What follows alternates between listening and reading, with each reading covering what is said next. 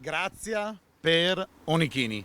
Messaggio al Presidente della Repubblica. A metterci la faccia il consigliere regionale veneto Gio Formaggio.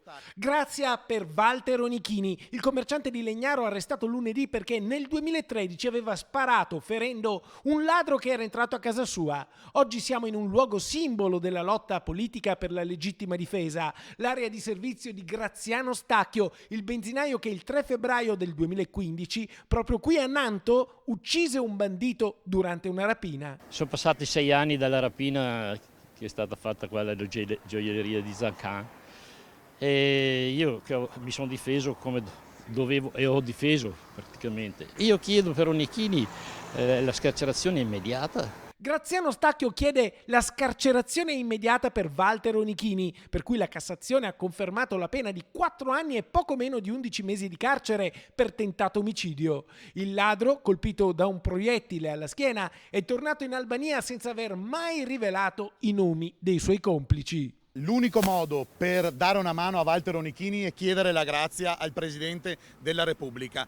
Sono già in contatto con deputati e senatori e ci daranno una mano. Detto fatto, Gio Formaggio chiama in tempo reale il deputato Luca De Carlo, coordinatore veneto di Fratelli d'Italia. Abbiamo lanciato la richiesta di grazia per Onichini. È una richiesta che viene dal popolo, che viene da chi ha sempre combattuto per la legittima difesa.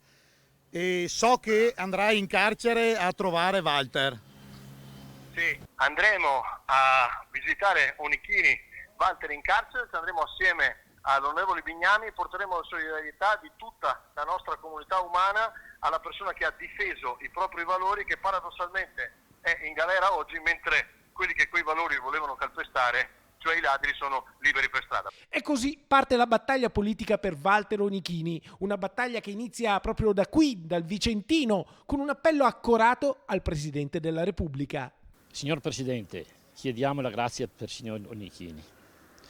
Lui ha una famiglia, ha dei doveri e lei è una brava persona, una buona persona.